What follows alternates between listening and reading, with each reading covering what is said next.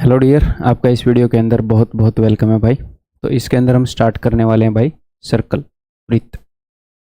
तो सर्कल जो है जनरली एक ऐसा टॉपिक है कि बाकी टॉपिक के कंपैरिजन में थोड़ा सा ज़्यादा दुखी करता है स्टूडेंट्स को। तो इसीलिए इस वीडियो के अंदर मैं इजी इजी क्वेश्चंस थोड़ी सी संख्या में ज़्यादा लूँगा, ठीक है, और आपको काफ़ी होमवर्क दूंगा, ठीक है। तो बड़े ही प्यार से लेवल बढ़ाते हुए हम चीज़ों को आगे की तरफ लेकर चलेंगे, ठीक है भाई। हर तरह की सिचुएशन जो आपके एग्जाम में आ सकती है उससे बहुत ही अच्छे तरीके से आपको वाकिफ करवाऊंगा। और आगे बढ़ने से पहले थोड़ी सी 3-4 मिनट के लिए मैं आपको कुछ बात बताना चाहूँगा।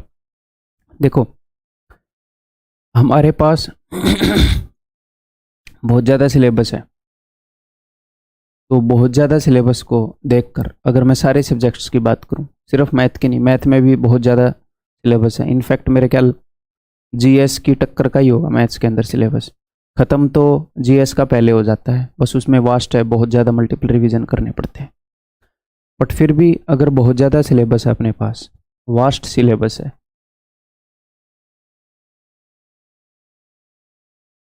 तो इस काम को आप ऐसे देखो जैसे मांझी ने पहाड़ तोड़ा था। उतना बड़ा काम तो नहीं है, but this is a mountain of concepts, mountain of, ये अपने पास एक माउंटेन है, माउंटेन ऑफ स्टडी सेशंस, आप ऐसे मान लो। हो सकता है आपको टोटल 500 स्टडी सेशन देने पड़े, ठीक है। अगर एक दिन में आप 3 स्टडी सेशन देते हो, या फिर एक दिन का काम हम 1 यूनिट मान लें, तो हो सकता है 6-7 महीने का ये 250 यूनिट काम हो टोटल, जिसके अंदर मैं बोल रहा हूँ कि रिवीजन भी हो जाएगा, मॉक टेस्ट भी हो जाएंगे, सिलेबस भी हो जाएगा, सब कुछ हो जाएगा है। तो मैं ऐसे मान लूँ कि 150 से लेकर या फिर 180 से लेकर मान लो 240 दिन का काम है, इतने यूनिट काम है। तो जब बहुत ज़्यादा काम होता है तो आपके मन के ऊपर प्रेशर पड़ता है काफ़ी ज़्यादा, है ना, यार इतना सारा काम कैसे करेंगे। लेकिन मैं आपको इस काम की एक ब्यूटी बताता हूँ। इस काम की एक ब्यूटी ये है कि ये बहुत ज़्यादा काम है, तो वो बंदा इस काम में नहीं जीतता जो एक दिन में ज़्यादा काम कर देता है, पता है, वो बंदा नहीं जीतता। आप ऐसे मान लो कि ये छोटे छोटे स्टडी सेशन से एक पहाड़ बना हुआ है, ऐसे ये आपका रोज का एक स्टडी सेशन है। तो वो बंदा जीतता है जो रोज इस पहाड़ के पास आता है। मान लो एक दिन आपने पढ़ाई करी और ये बहुत सारे गुब्बारे हैं, आपने एक गुब्बारे को फोड़ दिया, बट एक दिन में आप एक ही गुब्बारा फोड़ सकते हो, ठीक है। तो कोई बंदा बड़े गुब्बारे फोड़ देता है, कोई थोड़े से छोटे फोड़ देता है, एक दिन में बहुत ज़्यादा फर्क नहीं आता दो लोगों के बीच। लेकिन वो बंदा जीतता है जो रोज आकर एक गुब्बारा फोड़ता है, धीरे धीरे उसका ये पहाड़ खत्म हो जाएगा। वो बंदा जीतता है जो कंसिस्टेंसी के साथ आता है, जो रेगुलरिटी के साथ आता है, ठीक है। तो ये ब्यूटी है इस काम की। इसीलिए आपको बर्डन नहीं लेना कि इतना ज़्यादा सिलेबस है, आपको जस्ट रोज शो अप करना है, रोज आना है, बस दैट्स इट। काम हो जाएगा अपने आप, टेंशन ही मत लो, अपने आप हो जाएगा। मैं आपको बिल्कुल राइट रास्ते पर लेकर जा रहा हूँ, जो फल है वो अपने आप मिलेगा, हम बस अपना काम करते रहें। जैसे मैं बोलता हूँ कि पेड़ में पानी, खाद, धूप उसको देते रहो, अपने आप बड़ा हो जाएगा, अपने आप फल दे देगा। बहुत कुछ करने की जरूरत नहीं इतनी ज़्यादा, हमें बस अपने काम पर फोकस करना है, ठीक है भाई। और एक और बात मैं आपको बोलना चाहूँगा कि नॉर्मली इंसान इस चीज़ के ऊपर फोकस करता है, एक सक्सेसफुल बंदे को ज़्यादा देखता है, एक सक्सेस ओरिएंटेड बंदे को कम देखता है। मैं कहना क्या चाह रहा हूँ, मतलब एक एग्जांपल देता हूँ। आप ऐसे देखते हो कि काश मेरी बॉडी ऋतिक जैसी हो जाए, ऋतिक रोशन है, ऐसे ज़बरदस्त हो जाए। मैं ये बोल रहा हूँ, आज मैं आपको अगर ऋतिक जैसी बॉडी दे भी दूँ, सपोज आपको मिल जाए, एक चमत्कार हो जाए, तो उसको मेंटेन करने के लिए बहुत ज़्यादा जो एफर्ट्स डालना पड़ेगा। क्योंकि ये चीज़ें क्या हैं, मान लो आप एक बार सिलेबस कर भी लोगे तो फिर बार बार मल्टीपल रिविजन्स करने पड़ते हैं, उतनी ही पढ़ाई करनी पड़ती है सिलेबस करने के बाद जितनी सिलेबस करने के लिए करनी पड़ रही है, एग्जैक्टली उतनी ही पढ़ाई। उतने घंटे लगातार देने पड़ेंगे, बस उस वक्त रिवीजन का दौर चल जाएगा। तो वो बॉडी अगर आपको मिल भी जाएगी तो क्या आप वो रूटीन फॉलो कर रहे थे जिससे वो बॉडी बनती थी? आप वो रूटीन तो फॉलो नहीं कर रहे थे, नहीं तो आपकी खुद ही बन जाती। तो थोड़े दिनों में आप उस बॉडी को भी वैसा ही बना दोगे जैसी आपकी आज की बॉडी है। 3-4 महीने, 5 महीने, 6 महीने, 8 महीने नहीं लगेंगे आपको उसे बिगाड़ने में, क्योंकि उसे मेंटेन करने में जो वर्क पुट इन किया जाना चाहिए वो तो आप आज नहीं कर रहे, तो बाद में भी नहीं करोगे। तो इस चीज के सपने मत देखो कि मुझे ये चीज मिल जाएगी, वो चीज मिल जाएगी, यानी कि don't look up for end goal. End goal को मत देखो। कभी भी जब आप काम करोगे और एंड गोल को देखकर काम करोगे, मैं ये नहीं बोल रहा एंड गोल नजर में नहीं होना चाहिए, होना चाहिए कि मुझे वहां जाना है, बट रोज आप काम करोगे इसको देखते हुए। लाइक एक तो इसको देखने में पॉजिटिव भी चीज मिलती है कि भाई हाँ मुझे वहां जाना है, yes I have to reach there, but इस तरीके से कि यार मैं वहां से कितना दूर हूं, अपने आप को रोज डिमोटिवेट करते रहो। आप ये देखो, जैसे मान लो एक फिट बंदा है और उसका रूटीन खराब है हेल्थ को लेकर, और एक अनफिट बंदा है उसका रूटीन बढ़िया है हेल्थ को लेकर, लेकिन आज वो अनफिट है। तो आज से 6 महीने बाद गेम बदल जाएगा, जो फिट है वो अनफिट हो जाएगा, जो अनफिट है वो फिट हो जाएगा। तो मेजरली मैटर क्या करता है? मैटर ये नहीं करता कि हम आज कहां पर हैं, मैटर ये है कि आज हम किस डायरेक्शन में चल रहे हैं, किस तरफ आप जा रहे हो। जिस तरफ आपको जाना है, सक्सेस ओरिएंटेड हो कि नहीं, सक्सेस की तरफ चल रहे हो कि नहीं। तो अगर आप आज उस तरफ चल रहे हो, आप आज इस तरफ चल रहे हो, तो सही है, आप एक दिन में यही तो कर सकते हो। एक दिन में जितना आप पढ़ सकते हो आप उतना पढ़ सकते हो, और रेगुलरली पढ़ो। थोड़ा मोटा रूटीन टूटेगा लेकिन बाद में फिर बना लेना, but in the long run आपने क्या रोज आकर पढ़ा, यही मैटर करेगा। तो कई बच्चों के ऊपर टेंशन बनी हुई है कि ये कैसे होगा, वो कैसे होगा। हमेशा ये सोचा करो कि सारे इंसान एक जैसे हैं। जो और बच्चे जो पढ़ रहे हैं वो भी मेरी तरह ही पढ़ रहे हैं, उनके मन में भी ये टेंशन है। तो मैं सिर्फ इतना ध्यान रखूं कि क्या मैं रोज का काम कर रहा हूं, सिर्फ इतना ध्यान रखूं। अगर उसका जवाब है कि हाँ मैं रोज का काम कर रहा हूं, तो कोई टेंशन नहीं है। अगर उसका जवाब है कि नहीं मैं रोज का काम नहीं कर रहा, अब जिन दिनों आपने काम नहीं किया उनकी अब टेंशन मत लो, आप आज से काम करना स्टार्ट कर दो। जो बेस्ट आप कर सकते हो वो करो। जस्ट इस चीज पर ध्यान रखो कि I will do my best. कभी भी काम को बड़ा करके मत देखो, काम को छोटा करके देखो कि अब मुझे जो करना चाहिए वो मैं कर रहा हूं, बाकी जाए भाड़ में। ठीक है मेरे भाई, क्लियर है? तो जो भी बच्चे टेंशन ले रहे हैं वो इस चीज़ की टेंशन छोड़ दो, सिलेबस वगैरह की, हम राइट डायरेक्शन पर चल रहे हैं। और दूसरी चीज़, जब आप इस चीज़ को काम मानकर करते हैं ना, जब आप ऐसे मानकर करते हैं कि मुझे इतना मैथ्स पढ़ना पड़ेगा, मुझे इतनी जीके पढ़नी पड़ेगी, एज ए काम जब आप करते हैं तो ये आपके ऊपर बर्डन हो जाता है। आप इसको एज ए गेम करो, आप इस चीज को एज ए गेम देखो, आपकी नजर से भी बहुत ज्यादा फर्क पड़ेगा। ठीक है कि यार मुझे ये सीखना है, कोई डाउट आ रहा है कि यार ऐसे क्यों नहीं आया, आराम से बैठ के मैं देखूं। आप अपनी सिचुएशन को पॉजिटिवली देखो, यार आराम से मैं कुर्सी के ऊपर बैठा हूँ, बेड के ऊपर बैठा हूँ, गर्मी में पंखा मिल गया है मेरे को, पीने के लिए पानी मिल गया है, ठंडा पानी गढ़े का हो, फ्रिज का हो, जैसा भी हो है। तो मतलब मेरे को बेसिक कम्युनिटीज अगर मिल गई हैं तो मैं आराम से बैठ के इंटरेस्ट लेकर पढ़ता रहूँगा, मैं मज़े लेकर पढ़ता रहूँगा, ताकि ये टाइम मेरा मज़े में गुजरे और मैं जल्द ही अपनी स्किल सेट को इतना डेवलप कर लूँ कि एग्ज़ाम के अंदर मैं उसको क्वालिफाई कर लूँ। ठीक है, क्योंकि जब आप दुखी होकर चलोगे तो बहुत ज़्यादा दूर कब तक मतलब चल नहीं पाओगे ना। दुखी होकर जब आप चल रहे हो तो कितनी दूर चल दोगे।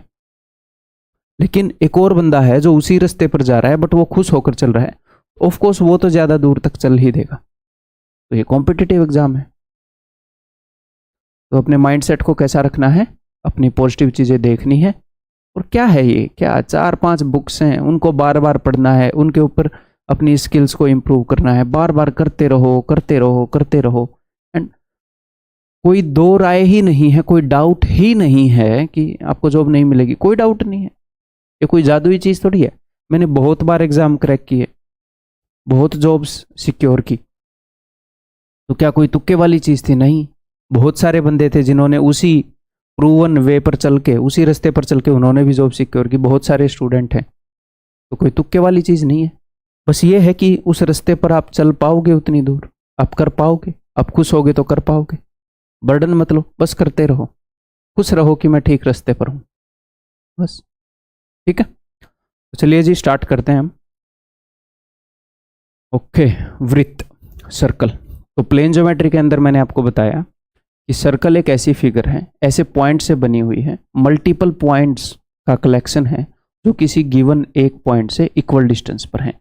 इस सर्कल के ऊपर जितने भी पॉइंट्स हैं ये सारे बराबर डिस्टेंस पर हैं इस पॉइंट से। इसको हम सेंटर बोलते हैं, केंद्र, और ये अपना सर्कल है वृत्त। इसका जो एरिया होएगा, area will be pi are square.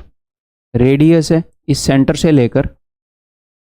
लेकर ये यहां तक की जो डिस्टेंस है उसे हम रेडियस बोलते हैं। ठीक है, क्षेत्रफल पाई आर स्क्वायर। और पाई जो है, पाई की एक्चुअल वैल्यू होती है भाई 3.142, आगे समथिंग समथिंग समथिंग समथिंग ऐसे। ये एक इरेशनल नंबर है क्योंकि ना तो ये रिपीट होता है और ना ये खत्म होता है।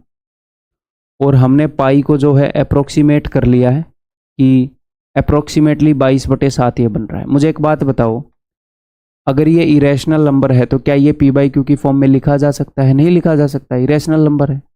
हमने नंबर सिस्टम में पढ़ा, ना तो ये रिपीट हो रहा है ना खत्म हो रहा है, तो फिर कैसे लिख दिया पी बाई क्यू की फॉर्म में? तो इसकी एक्चुअल वैल्यू नहीं है ये अप्रोक्सीमेटेड वैल्यू है कि 22/7 लगभग लगभग इसकी वैल्यू हमने लिख ली, अप्रोक्सीमेटली 22/7 के बराबर है। अगर आपसे क्वेश्चन पूछा जाए कि पाई क्या है, पाई इरेशनल है, 22/7 तो हमने उसकी अप्रोक्सीमेट वैल्यू लिख रखी है।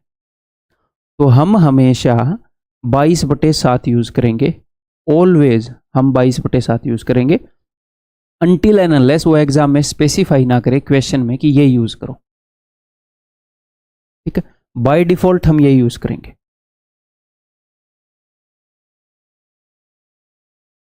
ठीक है मेरे भाई, एरिया है पाई आर स्क्वायर। ओके, और सरकमफ्रेंस यानी कि परिधि। अब ये सरकमफ्रेंस क्या है? सरकमफ्रेंस है भाई, अगर हमारे पास कोई ऐसी शेप है जो कि स्ट्रेट लाइन से बनी है तो उसके चारों तरफ की बाउंड्री को हम बोलते हैं पेरीमीटर। पेरीमीटर परिमाप। अगर हमारे पास कोई ऐसी शेप है जो कि ऐसे गोल गोल है, ऐसे कर्व से बनी है, तो उसके चारों तरफ की बाउंड्री की लंबाई को हम बोलते हैं सरकमफ्रेंस। ये भी पेरीमीटर ही है, सर्कल का पेरीमीटर। यानी कि इसके ऊपर कोई पैदल चलेगा तो कितना डिस्टेंस कवर करेगा? That is 2πr, 2 × pi × r। ठीक है, क्लियर है? ये बेसिक चीज है। सर्कल के बारे में और बताओ, क्या ही बताया जा सकता है? और कुछ नहीं बताया जा सकता। हालांकि आगे सेक्टर, सेगमेंट, लीफ सब कुछ करेंगे, सर्कल के बारे में बेसिक इतना ही है। ठीक है, next, values of standard case. इसका क्या मतलब है बताता हूं। बिकॉज जो सर्कल है उसका जो एरिया है that is pi are square, यानी कि 22/7 आर स्क्वायर, और उसका जो सरकमफ्रेंस है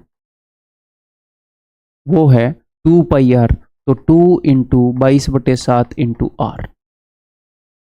तो नीचे ये 7 है, नीचे ये 7 है।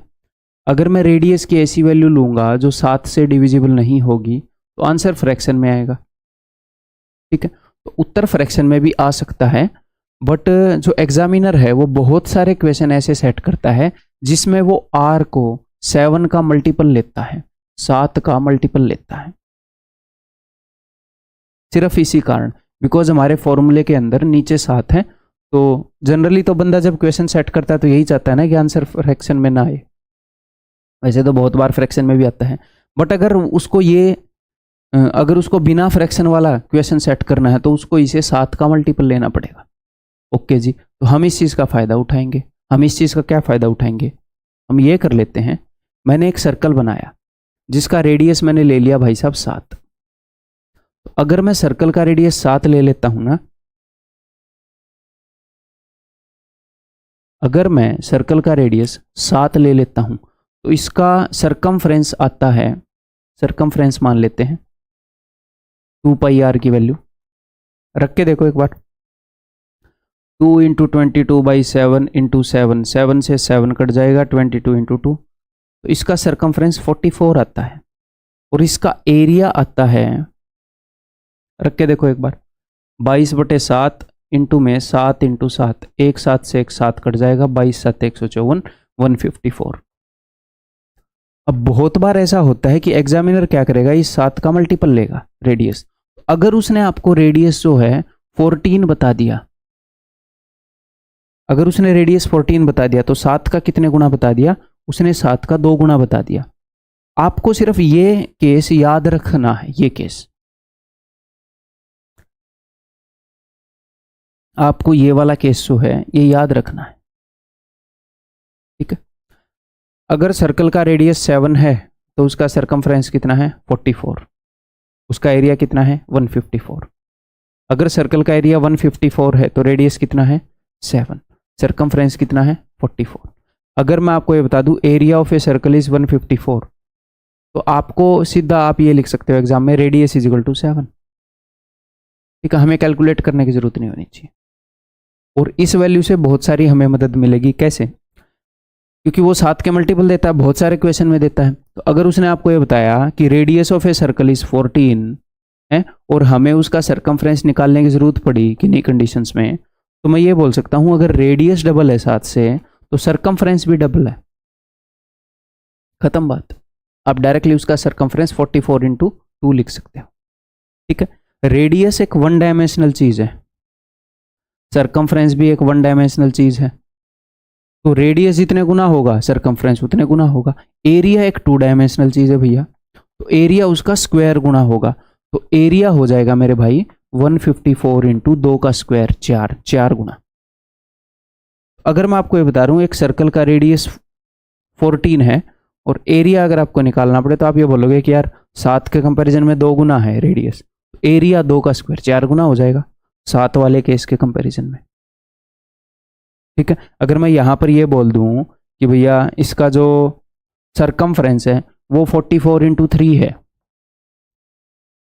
एक सर्कल का रेडियस, एक सर्कल का सरकमफ्रेंस आपको मिला 44 इंटू 3, इसका 3 गुना, तो आप बोलोगे अच्छा सरकमफ्रेंस 44 का 3 गुना है, यानी कि रेडियस 7 का 3 गुना हो जाएगा, यानी कि एरिया 154 का 3 गुना नहीं होएगा, ये 2 डायमेंशनल चीज है तो 3 का स्क्वायर।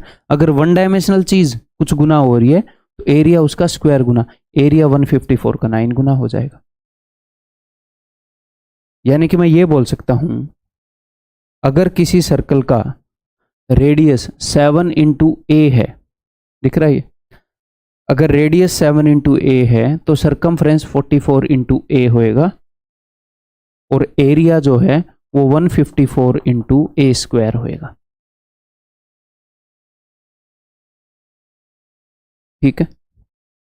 हमें ये स्टैंडर्ड केस याद होना चाहिए, बहुत बार ये फ्रूटफुल होता है और इसकी हम प्रैक्टिस भी करेंगे। चलिए जी, थोड़ी सी यहां पर प्रैक्टिस करेंगे, फिर रियल क्वेश्चंस भी लेकर आएंगे इसके ऊपर बेस्ड। बताओ, जहां पर भी मिसिंग वैल्यूज हैं वो बताओ, एक एक करके डिस्कस करेंगे। पहले वाले की बताओ। ये अगर सर्कल का रेडियस 28 है तो मुझे पता है कि ये 7 का 4 गुना है, 7 का 4 गुना है, तो मुझे पता है कि सरकमफ्रेंस 44 का 4 गुना होगा। तो मुझे निकालना नहीं पड़ेगा ना, मुझे 2πr ऐसे घुसना नहीं पड़ेगा ना। एरिया में डायरेक्टली बता दूंगा कि 154 का 16 टाइम्स है। अगर रेडियस 4 गुना है तो एरिया 4 का स्क्वायर 16 गुना होगा। अगर रेडियस 7 का हाफ टाइम्स है तो सरकमफ्रेंस 44 का हाफ टाइम्स होगा। एरिया हाफ का स्क्वायर कितना होता है 1/4, 154 का 1/4 होगा, ठीक है। यहां पर सरकमफ्रेंस कितना है 88 है, तो 44 का कितने गुना है 44 का 2 टाइम्स है, तो रेडियस 7 का 2 टाइम्स होगा। एरिया 154 का 4 टाइम्स होएगा। समझ रहे हो? ये जो है ये 44 का कितने टाइम्स है। अब मैं आपको एक बात बताऊं, आपको 44 का टेबल नहीं आता होगा बट आपको 22 का आता होगा, तो आपने मन ही मन में ये देखना है कि ये 22 का कितने गुना है। 22 का, सर ये 22 का 4 गुना है। यहां पर तो आप फिर भी देख लोगे, अगर ये 22 का 4 गुना है तो मैं ये कर सकता हूं ना, 22 का 4 गुना है तो 44 तो 22 का डबल है, तो 44 का 2 गुना होगा। ऐसे ही मैं यहां पर कर सकता हूं कि ये 22 का तो 6 गुना है, अगर ये 22 का 6 गुना है तो 44 का 3 गुना होगा, 6 का आधा। तो मैं ऐसे भी देख सकता हूं, 22 का टेबल तो आता होगा आपको, आना चाहिए, नहीं आता तो ठीक है। तो 44 का 3 गुना है भाई साहब, तो 7 का 3 गुना हो जाएगा। ये 154 का 9 टाइम्स हो जाएगा। ये 22 का कितने गुना है? 3 गुना। तो 44 का कितने गुना हो गया? अगर 22 का 3 गुना है तो इट इंप्लाइज दैट 44 का 3/2 गुना होगा।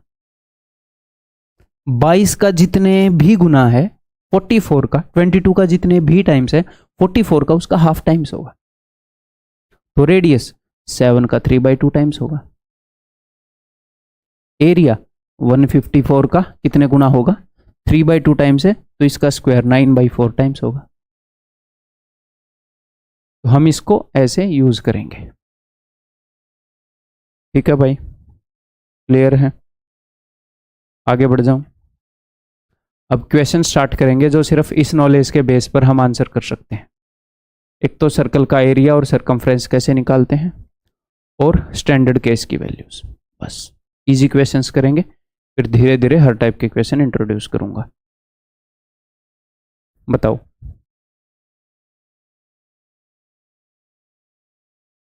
The area of a circle is 38.5 metre square. Circle का जो एरिया है वो 38.5 मीटर स्क्वायर है, तो इसका सरकमफ्रेंस कितना होगा? 11 होगा। अगर मैं सही, 77 का हाफ है ये, 150, 11 होगा। वैसे मैं आपसे एक्सपेक्ट नहीं कर रहा बिल्कुल भी कि आप सीधे 11 मार दो, क्योंकि वो बार बार जब हम प्रैक्टिस करते हैं, मुझे इतना पता है कि 154 का हाफ मुझे पता है कि 77 है, और ये मुझे 77 का भी हाफ दिखा, 38 दूनी 76, तो 154 का 1/4 है ये, 154 का 1/4 है।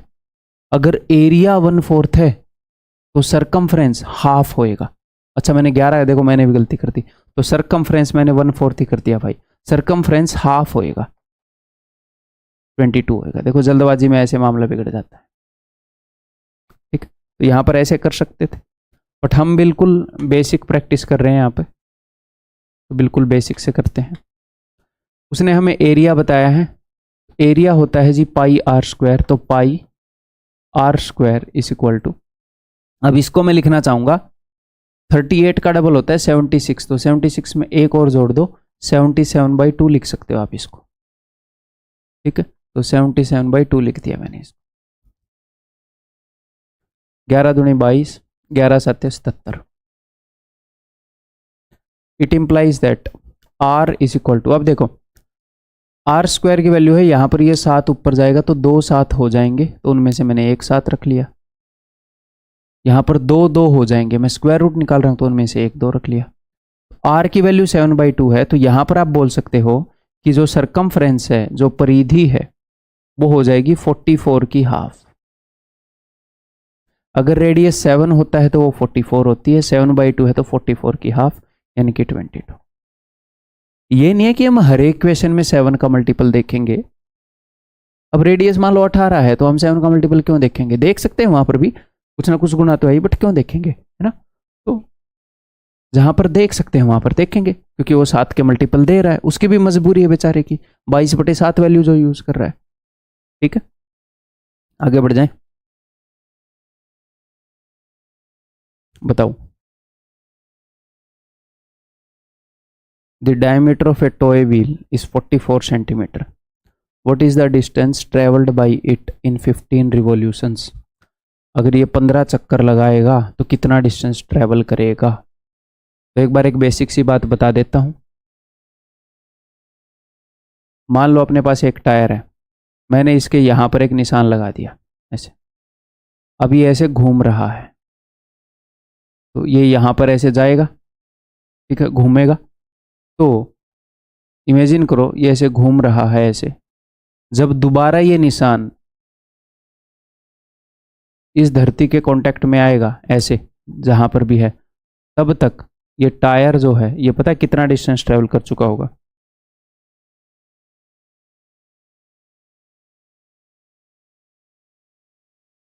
यहां से लेकर यहां तक जाने में आप इमेजिन करो, जब ये घूमेगा तो ये वाला हिस्सा टच होएगा, ये वाला धरती के टच होएगा।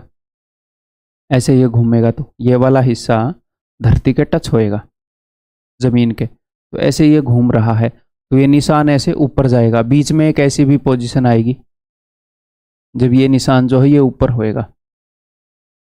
ये ऐसे घूम रहा है, ये निशान ऊपर गया, फिर दोबारा नीचे आएगा, तो ये वाला हिस्सा धरती के टच होएगा इस टायर का, ये वाला सरकमफ्रेंस। तो जब ये इतना डिस्टेंस ट्रेवल कर लेगा जो कि इसके बराबर है, इस लंबाई के बराबर, ये लंबाई कितनी है? ये लंबाई है इसके सरकमफ्रेंस के बराबर। तो जब ये इसके सरकमफ्रेंस जितना डिस्टेंस ट्रेवल कर लेगा, तब दोबारा ये वाला निशान धरती के पास आ जाएगा, यानी कि ये एक चक्कर काट चुका होगा। ठीक है, यानी कि ये जो डिस्टेंस है दिस इज 2πr। अपने सरकमफ्रेंस जितना डिस्टेंस जब एक बार कोई भी टायर, कोई भी सर्कल जब कवर कर लेता है ऐसे रोल करके, सरकमफ्रेंस जितना, तो वो पूरी एक रोटेशन मार चुका होता है, पूरी एक बार वो घूम चुका होता है। क्लियर है भाई? तो यहां पर ये पूछ रहे हैं कि 15 रिवॉल्यूशन में कितना डिस्टेंस ट्रेवल करेगा। तो एक रिवॉल्यूशन में जो वो डिस्टेंस ट्रेवल करता है, एक चक्कर में, एक रिवॉल्यूशन में डिस्टेंस ट्रेवल करता है 2πr, अपने सरकमफ्रेंस इतना। तो 15 रिवॉल्यूशन में कितना ट्रेवल करेगा? उसके सरकमफ्रेंस का 15 गुना। तो आगे से ये ध्यान रखना है कि एक रिवॉल्यूशन जब वो पूरी करता है, एक रोटेशन इसको बोलेंगे, शायद रोटेट हो रहा है, रिवॉल्व तो दूसरी बॉडी के राउंड होते हैं ना, अर्थ रोटेट, हाँ रोटेट, ये रोटेशन होएगा इन्हें वे तो, ठीक है। तो जब ये एक रोटेशन पूरी कवर कर लेगा तो ये अपने सरकमफ्रेंस जितना डिस्टेंस ट्रेवल करेगा, ठीक। ओके, तो 15 रोटेशन में कितना डिस्टेंस ट्रेवल करेगा? सरकमफ्रेंस का 15 गुना कर देंगे, सिंपल है। तो इसका डायमीटर कितना है? इसका डायमीटर है भाई साहब, और सर्कल वाले क्वेश्चन में आपने हमेशा ये भी ध्यान रखना है कि वो कभी डायमीटर देगा, कभी रेडियस देगा, कभी डायमीटर पूछेगा, कभी रेडियस पूछेगा। तो हमेशा थोड़ा सा सतर्क रहना है। बच्चों को हमेशा ये लगता है कि यहाँ पर तो सिली मिस्टेक हो जाएंगी, कोई दिक्कत नहीं है, एग्जाम में मैं नहीं होने दूंगा, है तुम्हारा भाई एग्जाम में नहीं होने देगा। मेरे भाई, जो आप प्रैक्टिस करोगे वही ना वहां पर रिप्रेजेंट होएगा। वहां पर क्या कोई जादुई टोना टोटका करके जाओगे? आप खुद को टोना टोटका करके लेके जाओगे? अपना कोई विकसित रूप लेकर जाओगे? नहीं, यहां पर जो करोगे वही वहां पर पाओगे। तो सिली मिस्टेक्स अवॉइड करने का बेस्ट तरीका पता है क्या? मैं कभी सिली मिस्टेक नहीं करता, बहुत रेयर करता हूं। आप हमेशा क्वेश्चन को शांति से करें और उतने ही सतर्क रहकर करें जैसे अपने एग्जाम का क्वेश्चन है। क्या दिक्कत है? सतर्क रहकर करो, सतर्क रहने की आदत पड़ जाएगी। ढीले ढाले करो, ढीले ढाले रहने की आदत पड़ जाएगी, ठीक। तो इसका रेडियस कितना है? इसका रेडियस 7 है। तो एक इसका सरकमफ्रेंस कितने के बराबर हो जाएगा? अगर रेडियस 7 है तो सरकमफ्रेंस बराबर हो गया 44 के। और 15 चक्कर में कितना डिस्टेंस ट्रेवल करेगा? एक चक्कर में इतना कर रहा है, 15 में इतना करेगा, सिंपल। 15 चौके 60, 15 चौके 60 और 6 66, 660। ठीक है भाई, आगे बढ़ जाएं।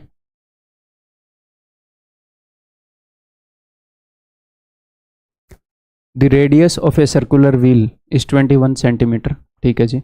How many revolution will it make in travelling 924 meters. यहाँ पर सेंटीमीटर है, यहाँ पर मीटर है, इस बात का ध्यान रखना, ठीक है। तो ये कितने चक्कर काटेगा इतना डिस्टेंस ट्रेवल करने में, ठीक है। तो मुझे एक बात बताओ, ये कितने डिस्टेंस में एक चक्कर काटता है? कुछ डिस्टेंस है, जितने डिस्टेंस में ये एक चक्कर काटेगा, तो मैं देख लूंगा वो वाला डिस्टेंस कितनी बार आ रहा है इसमें, उतने ही चक्कर काट लेगा, है ना। टोटल हमें इतनी दूर जाना है, तो टोटल हमें इतना डिस्टेंस ट्रेवल करना है। अगर मैं इसको सेंटीमीटर में बदलूंगा तो गुणा में 100, ठीक है जी।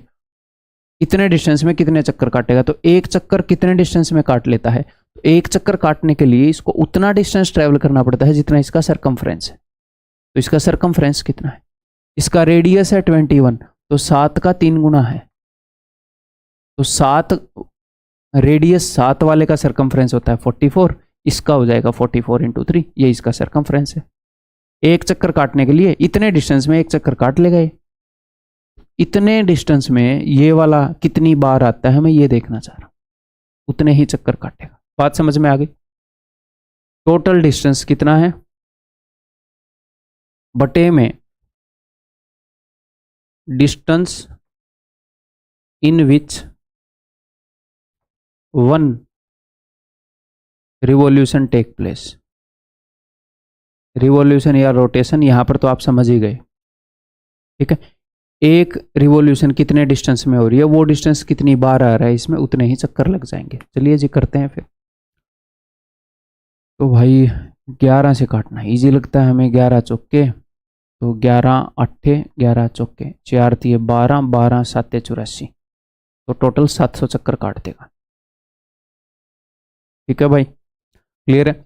एक चक्कर मारने इतने डिस्टेंस में एक चक्कर मार देता है, टोटल इतना डिस्टेंस है, ये वाला डिस्टेंस इसमें 700 बार आ रहा है, तो 700 चक्कर मार देगा। आगे बढ़ते हैं, मैं अपनी पेस पर चल रहा हूँ, ठीक है। धीरे धीरे इसको बढ़ा लूंगा, आप लोग वीडियो की स्पीड को मंदा तेज कर लो, कोई दिक्कत नहीं, कोई प्रॉब्लम नहीं है, ठीक है उसमें, जितने में आपको समझ में आता है। हाँ बट अगर आपको समझ में आना कम हो जाए या थोड़ा सा ज़्यादा तेज लगे, उतनी तेज मत करना, एक बार तसल्ली से हम सिलेबस करना चाह रहे हैं। Find the diameter of a wheel that makes 113 revolution to go this much. तो यहाँ पर इसने डेकामीटर यूज़ किया है, तो ये चीज़ मैं आपको पहले बता चुका हूँ। तो जब भी आपको ऐसा काम करना हो तो आप ऐसे लिख लो, king Henry died, mother didn't cry much, ठीक। तो उसने हमें दिया है भाई साहब किलोमीटर, और उसने हमें दिया है डेकामीटर। आपको पता है कि ये डीसी ये डेसीमीटर होता है, डेकामीटर ये है, ओके। और उत्तर दिया है मीटर में, तो हमें ये भी मीटर में कन्वर्ट करना पड़ेगा, ये भी मीटर में कन्वर्ट करना पड़ेगा। किलोमीटर को मीटर में कन्वर्ट करने के लिए 3 जीरो लगाओगे, यहां पर भी देख लो, या फिर 1 2 3 3 जीरो लगा रहे हो, 3 बार 10 से गुणा कर रहे हो, तो ये डिस्टेंस अपना टोटल हो जाएगा भाई साहब 2000 मीटर। और डेकामीटर को मीटर में कन्वर्ट करने के लिए सिर्फ 1 बार 10 से गुणा करोगे तो 26 डेकामीटर बन जाएगा 260 मीटर, तो 2260 मीटर। इस डिस्टेंस को कवर करने में 113 रिवॉल्यूशन करने पड़ते हैं। तो मैं सिर्फ ये देखना चाह रहा हूं कि एक रिवॉल्यूशन करने के लिए उसे कितना डिस्टेंस ट्रेवल करना पड़ता है। इतने डिस्टेंस में 113 रिवॉल्यूशन कर देता है, तो एक रिवॉल्यूशन में इतना डिस्टेंस ट्रेवल करना पड़ेगा, और एक रिवॉल्यूशन में जो डिस्टेंस ट्रेवल करना पड़ता है वो होता है उसके सरकमफ्रेंस के बराबर, यानी कि 2πr। तो 2, या तो मैं पहले ही इसी को सोल्व कर लूं, क्या पता ये वो निकला 44 का मल्टीपल, सॉरी सरकमफ्रेंस है। अब ये यहाँ पर तो 44 का मल्टीपल नहीं निकला, 2πr के बराबर रख देंगे, खत्म बात, समझ गए। 7 का मल्टीपल आए तो ठीक, नहीं आए तो भी ठीक। तो भाई काटते हैं इसको, ये 4 से कटेगा, 4 5 20, 4 का मतलब है 2 बार 2, 1 2 यहाँ से काटा, 1 2 यहाँ से काटा, तो रेडियस की वैल्यू हो जाएगी 7 5 35 बटे 11, 11 3 33, 3 2 बटे 11 metre.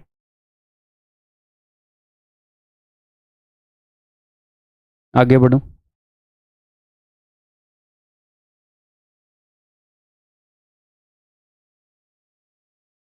The area of a circle and a square are same. Circle का और स्क्वायर का एरिया सेम है। The ratio of side of the square to the radius of the circle. ठीक है जी, बताओ, इजी है। सर्कल का एरिया होता है πr²। अब सबसे पहले आपने क्या देखना है, हो सकता है ऑप्शन के अंदर जो उत्तर है उसके अंदर पाई इन्वॉल्व हो या फिर पाई ना हो। अगर उसके अंदर पाई है तो पाई को एज इट इज पाई ही रखेंगे, नहीं तो 22/7 में खोल देंगे। ठीक, तो इसमें पाई है इसलिए मैंने पाई रखा है। Area of a circle is equal to area of a square. ठीक है, उसने हमसे पूछा है ratio of side of square, तो इस आर को मैं उधर लेकर जा रहा हूँ। a² बटे r इज इक्वल टू π/1। अब स्क्वायर रूट करना है दोनों तरफ, a/r इज इक्वल टू √π/√1। ठीक, तो √π = 1। 1 के ऊपर रूट लगाओ ना लगाओ फर्क ही नहीं पड़ता ना। आगे बढ़ूं। नेक्स्ट है भाई आपका HW, या फिर ये मैं ही करके दिखा दूं, मैं ही करके दिखा देता हूं यहीं पर, एक बार आप ट्राई कर लो।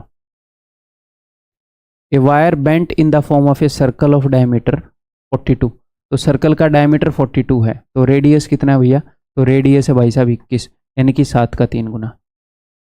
एक वायर है वो सर्कल की फॉर्म में बेंड कर रखी है जिसका रेडियस है 7 का 3 गुना, तो उस सर्कल का सरकमफ्रेंस कितना हो जाएगा 44 का 3 गुना, यानी कि उस वायर की लंबाई है भैया, वायर जो है अगर आप वायर से एक सर्कल बनाओगे तो ऐसे गोल गोल ही बनाओगे जैसे ये बना हुआ है ना, तो वायर यूज हुई है उसके सरकमफ्रेंस पर, तो वायर की लंबाई कितनी है जितनी सर्कल के सरकमफ्रेंस की लंबाई है, तो अगर रेडियस 7 का 3 गुना है तो सरकमफ्रेंस है 44 इंटू 3, तो उस वायर की लंबाई है 44 इंटू 3, और उसी वायर से भाई ने रेक्टेंगल बना दी जिसकी लेंथ और ब्रेड थी 6x और 5x। तो जो वायर सर्कल को बनाने में यूज हुई थी वही वायर रेक्टेंगल को बनाने में यूज हुई है, तो वायर की लंबाई को तो हम इक्वेट कर सकते हैं।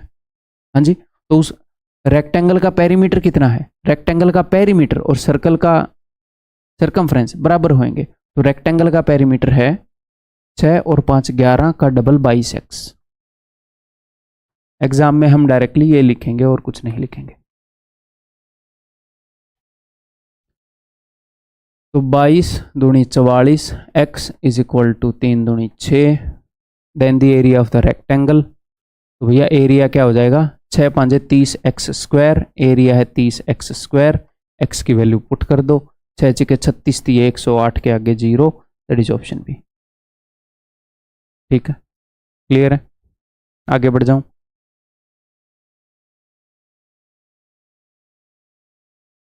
ये HW है, ये आप कर ही लोगे, तो मैं डायरेक्टली इसका उत्तर मार्क कर देता हूँ। जो भी एग्जामिनर बोल रहा है ना उसे फॉलो करो बस। Area of a circle is 7 times the numerical value of its circumference, तो आपने सिर्फ ये करना है कि जो उसका एरिया है वो उसके सरकमफ्रेंस का 7 गुना है, सिर्फ ऐसे करना है, सब कुछ आ जाएगा। इसका उत्तर है भाई, आगे बढ़ रहा हूँ। इजी इजी क्वेश्चन लिए हैं मैंने और धीरे धीरे पेस पर चल रहा हूँ ताकि सर्कल में आपको कोई दिक्कत ना हो। अब की बार एग्जामिनर ने जो भी बोला है जस्ट उसे आप एज इट इज सॉल्व कर लेना, अपने आप उत्तर आ जाएगा। HW है ये, आंसर मार्क कर रहा हूँ।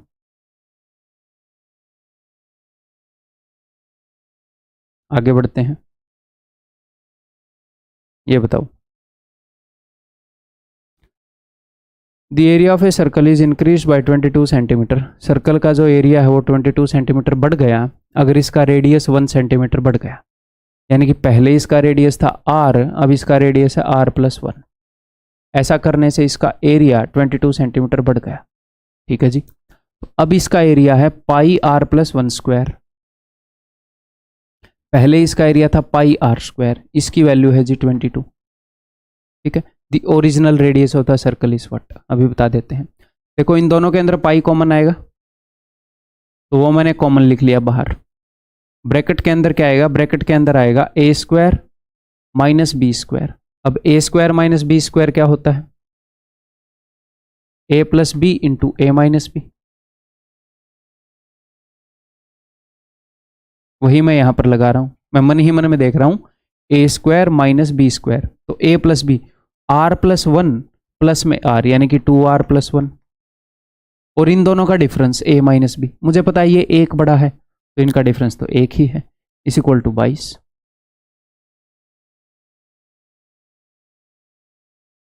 ये 7 उधर ऊपर जाएगा, हाँ जी सर, तो 2r+1 इज इक्वल टू 7, 1 उधर जाकर घट जाएगा, 7 minus 1 6, 2r is equal to 6, therefore r is equal to 3।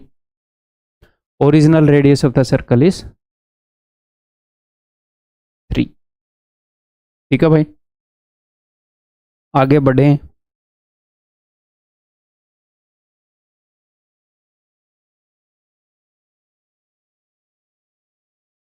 Easy question, A man is running at a speed of 20 km per hour. What is the time taken by man to cover one round of a circular garden? ये बोल रहा है एक आदमी की इतनी speed है तो कितना टाइम लगेगा एक सर्कुलर गार्डन का पूरा राउंड मारने में, इस सर्कुलर गार्डन का पूरा राउंड मारने में। अच्छा, टाइम पूछा है, तो टाइम है डिस्टेंस बाई स्पीड। कितना टाइम लगेगा इस डिस्टेंस को कवर करने में, तो डिस्टेंस कितना है अभी बता देते हैं। इसका पूरा राउंड मारने में इसके सरकमफ्रेंस जितना डिस्टेंस कवर करना पड़ेगा। इसका रेडियस है भाई साहब 7 का 50 टाइम्स, साफ साफ हमें दिख रहा है। तो इसका सरकमफ्रेंस हो जाएगा 44 का 50 टाइम्स। देख रहे हो, रियल क्वेश्चन है, ऐसे में फायदा मिल जाता है, बार बार ऐसे लिखना नहीं पड़ेगा 2πr। ठीक, याद रहे तो ठीक, नहीं तो 2πr लिख के कर लेंगे। तो ये टोटल डिस्टेंस है और इसकी स्पीड कितनी है, स्पीड है 20 km/h, लेकिन ये km/h में है, ये मीटर में है, तो इसको मीटर पर सेकंड में बदल देता हूँ 5/18 से गुणा करके, टाइम एंड डिस्टेंस में हमने पढ़ा है। That's it, this is the answer. 5 से 5 गया, 0 से 0 गई, 2 से चला जाएगा 9 पर, 9 चौके 36 और 3 396 सेकंड्स में आएगा। ये मीटर में था, ये मीटर पर सेकंड में थी, उसने सेकंड में ही पूछा है। ठीक है, आगे बढ़ूं।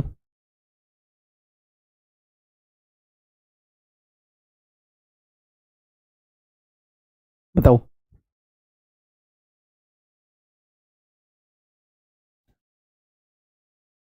the circumference of two circles is 132 meter and 176 meters respectively. What is the difference between the area of the larger circle and the smaller circle?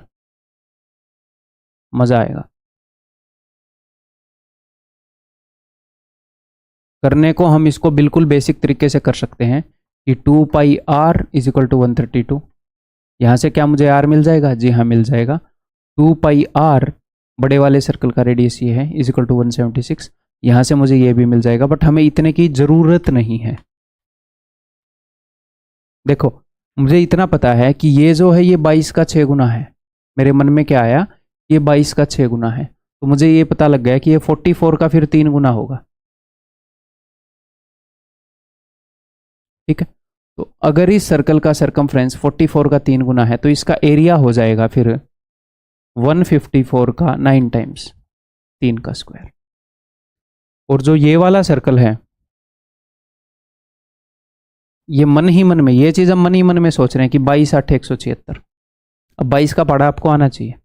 ठीक है, तो इसका मतलब है 44 का 4 गुना होएगा। 22 का 8 गुना है तो 8 का आधा है 4, 44 का 4 गुना, इसका मतलब इसका एरिया हो जाएगा 154 का 16 गुना। उसने इन दोनों का डिफरेंस पूछा है, तो भैया 154 तो दोनों में कॉमन है, डिफरेंस यानी कि इसमें से वो घटाएं, 154 तो दोनों में कॉमन है, तो आगे क्या आएगा, आगे आएगा 16 - 9 यानी कि 7। तो बस ये उत्तर है, 7 चौके 28, 2 बच गया, 15 7 105 और 2 107, 1078।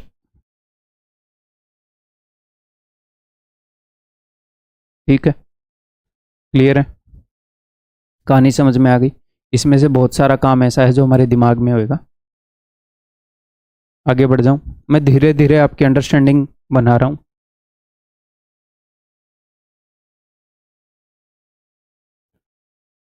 बताओ, वैसे ही करेंगे हम। The area of the ring between two concentric circles. Concentric circles का मतलब होता है समकेंद्रीय वृत्त। तो ये दो वृत्त हैं, इसको हम रिंग बोलते हैं, इस एरिया को। ये वाला एरिया बताना है हमें, ये वाला। ठीक है, अलग ही तरह की रंगोली बन गई है। तो ये वाला एरिया बताना है हमने, ये वाला, ये। तो बेसिकली है क्या, बड़े वाले सर्कल के एरिया में से छोटे वाले सर्कल का एरिया घटा दो, इन दोनों के एरिया का ही हमें डिफरेंस बताना है। बड़े वाले सर्कल के एरिया में से छोटे वाले का एरिया घटा दो, ये बीच वाला एरिया आ जाएगा। ठीक है, तो वही करना है, करते हैं। तो ये 44 का 2 टाइम्स आपको डायरेक्टली दिख रहा है, हाँ जी सर 44 का 2 टाइम्स है। तो एरिया क्या हो जाएगा इस वाले सर्कल का, इसका एरिया हो जाएगा 154 का 4 टाइम्स। ओके, और ये जो है ये 44 का 3 टाइम्स है, या फिर आप ऐसे से देख सकते हो कि 22 का 6 गुना है, 22 × 132, तो 44 का 3 गुना होगा। हाँ जी सर, तो अगर 44 का 3 गुना है तो इसका एरिया हो जाएगा 154 का 9 टाइम्स। और हमें इन दोनों के एरिया का डिफरेंस ही बताना है, तो आंसर हो जाएगा 154 तो कॉमन आ गया, 9 में से 4 गए 5। ठीक है, तो बस इसमें से मैं एक 2 उठा के इस भाई को दे रहा हूँ, यहाँ से 2 उठाऊंगा तो यहाँ पर 77 हो जाएगा और आगे आ जाएगी 0। 2 और 5 मिलकर 10 बना लेते हैं। आंसर इस ऑप्शन है। ये नहीं है कि हम इनको बेसिक वे से नहीं कर सकते, धीरे धीरे क्या होगा, इन छोटे मोटे कामों को आप, इनका बहुत सारा हिस्सा आप मेंटली करने लग जाओगे। ठीक है, आगे बढ़े।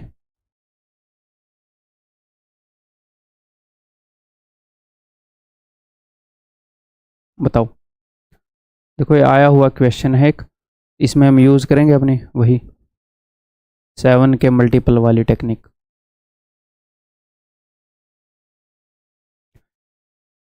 A rectangular plot is 420 meter long and 84 meter wide। ठीक है भाई। It is surrounded by semicircular flower beds along all its sides। The area of the entire plot is x। Hectare में है। अब हेक्टेयर क्या होता है वो मैंने आपको बताया है पहले। 1 हेक्टेयर का मतलब होता है कि 100 मीटर बाई 100 मीटर का एरिया, 100 बाई 100 मीटर का एरिया। ठीक है, हेक्टेयर का मतलब पहले बता चुका हूँ, याद होगा। हेक्टेयर वो एरिया जो 100 मीटर बाई 100 मीटर का है, यानी कि 10,000 मीटर स्क्वायर के बराबर है।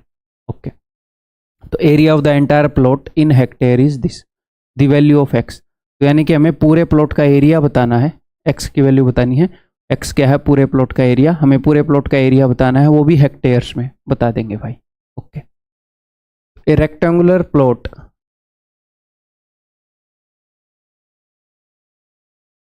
इस 420 metre long and 84 metre wide, और इसके चारों तरफ सेमी सर्कुलर ऐसे ये क्यारियां बनी हुई हैं।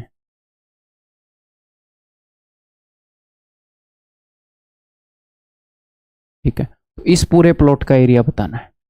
तो हम क्या करेंगे, इस रेक्टेंगल का एरिया, इस सेमी सर्कल का एरिया, देखो ये दोनों मिलकर एक पूरा सर्कल बना लेंगे। ये भी एक सेमी सर्कल है, सर्कल का आधा हिस्सा है, ये भी एक सेमी सर्कल है, सर्कल का आधा हिस्सा है। तो ये दोनों मिलकर एक सर्कल बना लेंगे, ये दोनों मिलकर एक सर्कल बना लेंगे। एक रेक्टेंगल का एरिया और एक ऐसे सर्कल का एरिया, एक ऐसे सर्कल का एरिया। ठीक है, तो इसकी लंबाई कितनी है रेक्टेंगल की, इसकी लंबाई है भाई साहब 420। तो 420 का आधा 210 इसका हो जाएगा जी रेडियस, 420 का आधा। इस वाले सर्कल का भी 210 है रेडियस, इस वाले सर्कल का भी 210 है रेडियस, इन दोनों का। तो इन दोनों का मिलाकर एक सर्कल मिल जाएगा जिसका रेडियस है 210। ठीक है, ये वाली लंबाई कितनी है, ये वाली लंबाई है भाई साहब 84 पूरी, अगर हम देखें तो। ठीक है, तो इस सर्कल का रेडियस कितना हो जाएगा, अगर इसका डायमीटर 84 है तो 84 का आधा 42। ठीक है, तो मुझे करना क्या है, एक रेक्टेंगल के एरिया को जोड़ना है 2 सर्कल्स के एरिया से। इस रेक्टेंगल की लंबाई और चौड़ाई है 420 गुणा में 84, इसका रेडियस है भाई साहब 210, और इसका रेडियस है मेरे भाई, आप एग्जाम में ऑफ कोर्स ऐसे नहीं लिखेंगे, 42। ये काम करना है, ये मीटर स्क्वायर में आएगा, फिर मुझे ये हेक्टेयर में बताना है, तो 10,000 से भाग कर दूंगा, है ना। 1 hectare is equal to 10,000 metre square. चलिए करते हैं, लेट्स डू इट। तो रेक्टेंगल का एरिया कितना हो जाएगा, रेक्टेंगल का एरिया हो जाएगा 420 गुणा में 84, लेंथ इंटू ब्रेड्थ, प्लस इस वाले सर्कल का एरिया कितना हो जाएगा। अब आप ध्यान से देख सकते हो कि भाई साहब ये तो 7 इंटू 30 है, ये तो 7 इंटू 30 है। तो मन ही मन में आप बोल सकते हो कि इसका एरिया तो 154 का 900 गुणा है कि नहीं है भाई। 7 का 30 गुणा है तो एरिया 154 का 30 का स्क्वायर 900 गुणा है। ये जो है ये 7 इंटू 6 है, 7 6 42, तो इसका एरिया 154 का 36 गुणा है। अगर मैं इन दोनों को जोड़ूंगा तो 154 तो कॉमन आ जाएगा, ब्रैकेट में आएगा 900 प्लस 36 यानी कि 936। मैं चाहूं तो ये लिख भी सकता था ऐसे, या फिर लिखने की जरूरत भी नहीं थी, मेंटली भी कर सकता था। तो मुझे सिर्फ ये देखना, अब मैं यूनिट डिजिट देख रहा हूं, यहाँ पर यूनिट डिजिट आएगा 0, यहाँ पर 6 चौके 24, 4 यूनिट डिजिट आएगा। और यूनिट डिजिट की तो क्या बात है, 10,000 से डिवाइड भी करना है तो नहीं चेक कर सकते यूनिट डिजिट, पूरा एग्जैक्ट ही करना पड़ेगा। 10,000 से डिवाइड भी तो करना है ना भाई। ठीक है, तो करते हैं भाई पूरा कैलकुलेट, बताओ कैसे करेंगे। या तो आप इसको एज इट इज कैलकुलेट कर लो, कोई दिक्कत नहीं है, सबको ऐसे करना पड़ेगा, या फिर कैंसिल आउट कर लो जो चीज़ें कॉमन है वो। ठीक है, कैंसिल आउट कर लेते हैं। यहाँ पर 7 कॉमन है और यहाँ पर भी 7 कॉमन है, तो 7 से काटूंगा तो 12, 12 7 84 होता है, 7 से काटूंगा तो 22। दोनों में से जो भी कट रहा है मैंने बाहर लिख लिया, बाकी मैं ब्रैकेट में लिख लूँगा, ठीक है। उसके बाद 4 यहाँ से भी मुझे कॉमन दिख रहा है, 36 4 से डिवाइड हो रहा है, और एक 2 मुझे यहाँ पर मिल गया, तो 8 तो है इसके अंदर एक 4 यहाँ पर रहा और यहाँ पर 2 है, इसके अंदर भी 8 है, तो मैं दोनों जगह से 8 काट रहा हूँ, ठीक है। एक 4 मैंने यहाँ से काट दिया, 4 3 12, एक 2 मैंने यहाँ से काट दिया, 4 और 2 मिलकर 8 बन गया ना, 8 मैं यहाँ से काटूंगा, एक 2 मैंने यहाँ से काट दिया, एक 4 मैं यहाँ से काट दूंगा, 4 दूनी 8, 4 3 12, 4 चौके 16, ओके जी। और कछु कॉमन दिख रहा, 11 है, ऐसे यहाँ पर 11 है, यहाँ पर तो 11 है नहीं, 7 3 21, 7 भी नहीं है, 4 2 6 और 3 तो दोनों में कॉमन है, 3 भी काट लो और 2 भी काट सकता हूँ, यानी कि ये 6 से भी, तो 3 और 2 यानी कि मैंने 6 भी काट लिया, तो एक 3 मैंने यहाँ से काट दिया और एक 2 मैंने यहाँ से काट दिया, 6 से मैं इसको डिवाइड कर देता हूँ, 6 3 18, 6 9 में 54। अब तो कुछ कॉमन नहीं होएगा, हालांकि अब भी कॉमन है 3, अरे यार एक बार में नहीं काट पा रहे हम हैं, तो चलो 3 और काट देते हैं एक बार, 3 3 9 35 और 3 से गया ये 13 पर, तो अब यहाँ पर क्या आएगा, यहाँ पर आ जाएगा मेरे भाई, यहाँ पर बचा है 35 प्लस में यहाँ पर बचा है 13 इंटू 11 143, तो आ जाएगा 4 और 3 7 178। और एक और बात बताऊं, हो सकता है हम डायरेक्टली इसको करते तो भी इतने ही टाइम में कर देते, बिकॉज हमने काटने में बहुत ज़्यादा टाइम लगा दिया, ठीक है। तो इसमें अनकंफर्टेबल नहीं होना, हर एक बंदे को इतना ही टाइम लगेगा, ठीक है। और इस चीज़ के लिए कोई जादू नहीं मिलेगा, जितना ज़्यादा आप क्वेश्चन करते जाओगे उतने जल्दी आप इसे करते जाओगे, सिंपल, इसके अलावा और कोई रास्ता नहीं है, ठीक है। तो इसे करें भाई फिर। 6 18 18 का टेबल मुझे आता है, फिर 8 और 7 से मैं कर दूंगा, ठीक है, ओके। तो मैं इसको एक बार तो 6 18 से गुणा करूंगा, फिर 8 से, फिर 7 से, ऐसे मुझे करना ही पड़ेगा। 18 से अगर मैं इसको करूंगा, 18 8 144, ठीक है, यहाँ पर कर रहा हूँ, 18 8 144, 14 18 7 126, 126 और 14 140, 14 18 एकम 18 और 14 32। अब इसको मैं फिर 8 से गुणा करूंगा, फिर मैं 7 से।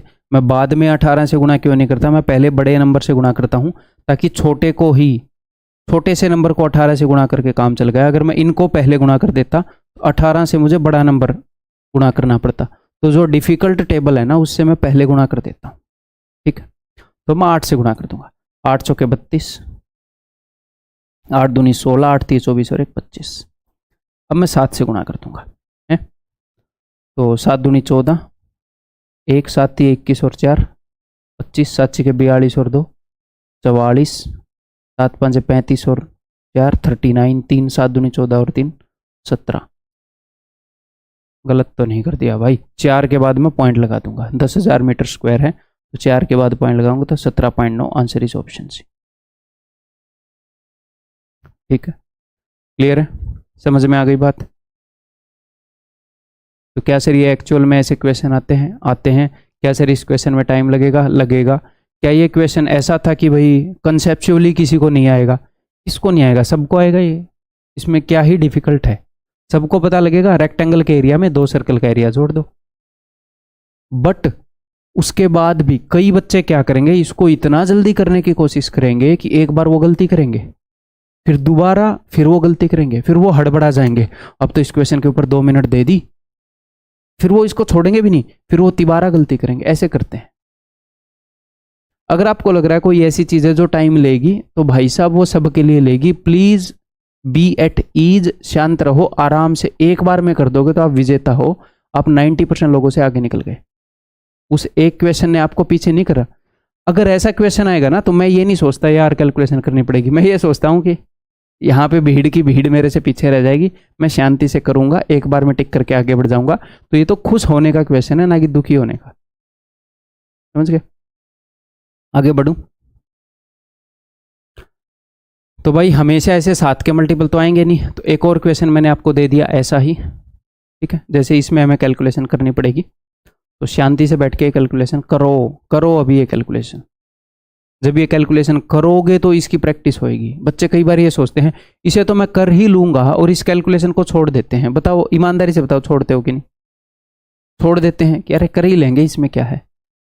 जब तुम ऐसी अनकंफर्टेबल सिचुएशन में खुद को डालने की आदत नहीं डालोगे तो वहां पर आप ज्यादा अनकंफर्टेबल हो जाओगे।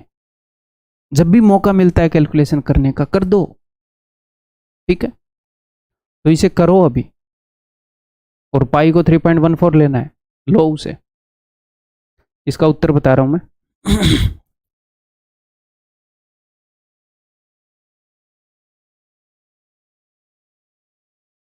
बताओ।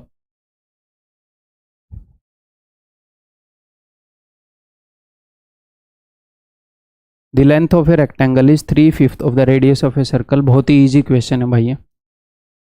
एक रेक्टेंगल की लेंथ जो है वह 3/5 है सर्कल के रेडियस की। Okay, the radius of the circle is equal to side of a square whose area is this. तो अगर स्क्वायर का एरिया इतना है तो उसकी साइड कितनी हो जाएगी? उसकी साइड हो जाएगी जी 80। इसका अंडर रूट किया तो स्क्वायर की जो साइड है और सर्कल का जो रेडियस है वो सेम है। The radius of the circle इतना है। और इन्होंने क्या बताया था? Length of rectangle is 3/5 of the radius of the circle. तो रेक्टेंगल की लेंथ है इस रेडियस का 3/5, तो इसका 3/5 लिख दो। 3/5 करूंगा, 5 से 16 पर जाएगा, 16 3 48। और का पूछत रहे भैया? The area of the rectangle if the breadth is 20। अगर ब्रेड्थ जो है वो 20 है। ओके, तो एरिया हो जाएगा इन दोनों का प्रोडक्ट, तो वो आ जाएगा 960।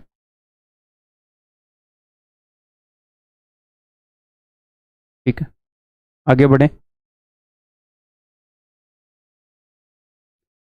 बहुत इजी क्वेश्चन, करो। HW है, इसका उत्तर बता देता हूं जस्ट में।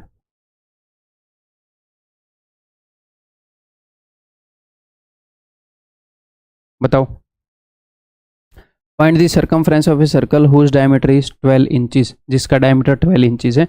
ये क्वेश्चन मैंने सिर्फ और सिर्फ इसलिए लिया क्योंकि उसने इंच में इंफॉर्मेशन दे दी और यहाँ पर सेंटीमीटर में उसने उत्तर पूछ लिया।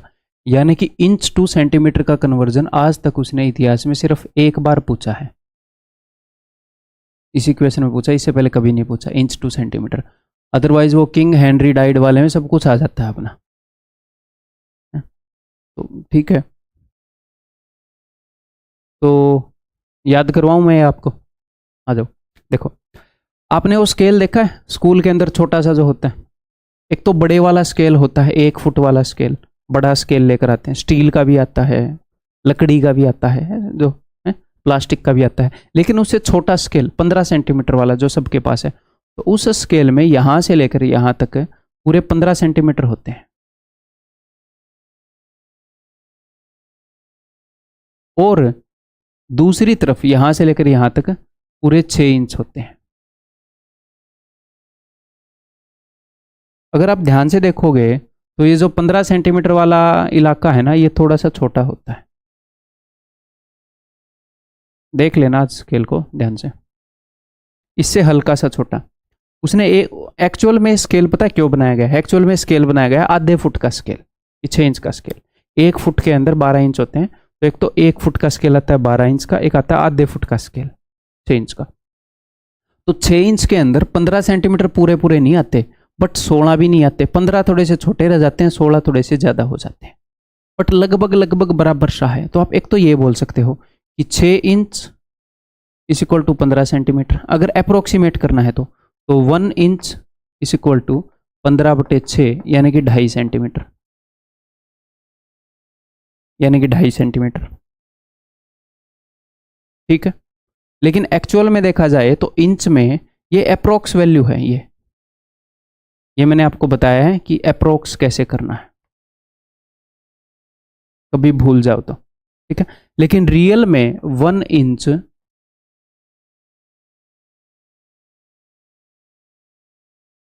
Is equal to 2.54 centimetre.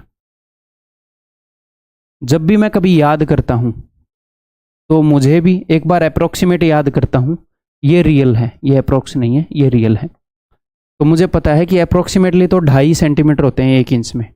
ये तो मुझे बचपन से ही पता है, मतलब जब पहले मैंने स्केल 5वीं 6वीं में ही मैंने अंदाज़ा लगा दिया कि 6 में इतने आ रहे हैं तो 2.5, अच्छा 1 मैं एग्जैक्ट मानता था, बाद में मुझे पता चला लाइक 10वीं 11वीं 12वीं में ऑब्जर्व किया गया थोड़ा सा गैप है। रियल में 1 इंच में 2.54 सेंटीमीटर होते हैं। ठीक है भाई, 2.54 सेंटीमीटर। तो ये आप याद रखना, मिसलेनियस इन्फॉर्मेशन है, बहुत रेयरली यूज हुई है बट हुई है। एक बार भी कोई चीज़ यूज होएगी मैं आपके सामने लेकर आऊँगा। इस लेवल पर हम सिलेबस कर रहे हैं, तो करें फिर इसको। Find the circumference of a circle whose diameter, अगर डायमीटर इतना है भाई साहब तो radius will be equal to 6 inch. ठीक है, तो सर्कमफ्रेंस बताना है तो that will be 2 pi r, 2 into pi into r. तो ये है अपना इंच में, मुझे बताना है सेंटीमीटर में, तो 254 से गुणा कर लो। तो देखो मैं आपको ये भी नहीं बताता, ऑनेस्टली बताऊं, अगर इससे काम चल जाता तो है। पहले तो मैंने 2.5 से करके देखा था बट इस क्वेश्चन में चल नहीं रहा, क्योंकि हमें ये पता चले ना एग्जामिनर किस लेवल पर जाना चाह रहा है। तो एग्जामिनर इस लेवल पर जाना चाह रहा है कि हमें एग्जैक्ट यूनिट पता हो, हमें सिर्फ अप्रोक्सीमेट ना पता हो। ठीक है, एग्जामिनर ये चाह रहा है, वो ये क्वेश्चन दे सकता है। करो फिर, कैलकुलेट करो इसे। अब यहाँ पर नीचे क्या गया, अब यहाँ पर नीचे जो है 100 है, तो मैं इस 100 को नहीं छेड़ूंगा। क्यों? अगर इस 100 को छेड़ दोगे, 4 से काट दोगे तो 25 बन जाएगा, अननेसेसरीली कैलकुलेशन बढ़ जाएगी। 100 तो बहुत ईजी चीज़ है ना, 2 के बाद पॉइंट ही लगाना है। मैं सिर्फ इसको सोल्व करूंगा एक्चुअल में, इसको सोल्व करके 2 के बाद पॉइंट लगा दूंगा बस। ठीक है, तो ये जो 254 है ये 2 में इसको दे देता हूँ, क्योंकि इसको देने में फ़ायदा है, ये हो जाएगा 508। ठीक है, ये 2 अगर मैं इसको दे दूंगा तो ये हो जाएगा 508। तो 508 को मैं गुणा कर रहा हूँ भाई बार बार। अब 11 से गुणा करना मुझे इजीली आता है, तो मैं पहले 11 से कर दूं या फिर बाद में 11 से कर दूंगा, इजीली मुझे आता है। तो इस 22 के अंदर है 2 और 11, तो मैं क्या करूंगा, 2 और 6 से बनता है 12, मैं 12 से इसको गुणा कर रहा हूँ। 12 8 96, 12 5 60। अब मैं 11 से कर रहा हूँ इसको, क्योंकि वो इजीली हो जाता है। तो 11 से इसको गुणा करूंगा तो 6 9 और 6 15, 1 कैरी 9 और 1 10, 1 कैरी 6 और 1 7 और 6, ये आएगा डिवाइडेड बाई 7। और उसके बाद मुझे 2 के बाद पॉइंट लगाना है। तो अब मैं इसको सोल्व कर रहा हूँ कि 7 9 में 63, बच गया 4, 7 5 35, 5 और 5 7 7 49, 6 7 9 में 63, ये है भाई। लेकिन ये 100 तो मैंने कंसीडर नहीं किया, तो अब मैं 2 के बाद पॉइंट लगा दूंगा। तो real answer is 95.79 something, 95.79 something, एक ही है, एक ही है। तो हो सकता है हमारा अप्रोक्सीमेशन से भी काम चल जाता, ऑप्शन यहाँ पर ज़्यादा ऑफ है, बट रियल में भी यार रियल वैल्यू भी मान ही लो यार आप। अब उसने इतना पूछ ही लिया। ठीक है, क्लियर है भाई, आगे बढ़ जाऊं। तो सर्कल की बेसिक इन्फॉर्मेशन इतनी है नफ्ती। हम अगला छोटा सा कंसेप्ट करते हैं। Next is area of ring या एरिया ऑफ एन्युलस या फिर चक्करपथ या फिर वलय। ये क्या चीज़ है? ये है जब 2 कंसेंट्रिक सर्कल्स बना रखे हों तो इनके बीच का जो एरिया है इसको हम रिंग बोलते हैं। रिंग अंगूठी की तरह हो गया ना, आप रिंग पहन सकते हो ये। ठीक है, या फिर ये वाला वर्ड भी उसने एक आधी बार यूज किया है, एन्युलर भी यूज कर सकता है, एन्युलस भी यूज कर सकता है। ठीक है, या फिर वलय भी यूज कर सकता है हिंदी में। चक्करपथ तो आप समझिए गए, ऐसे चक्कर सा रास्ता बना हुआ है। ठीक है, तो इसके नाम सारे पता होने चाहिए एक तो आपको। ठीक है, और नेक्स्ट, अगर मान लो अंदर वाले सर्कल का रेडियस है स्मॉल आर, बाहर वाले सर्कल का रेडियस है भाई साहब कैपिटल आर, ये, तो इस रिंग का एरिया क्या होएगा? Area of ring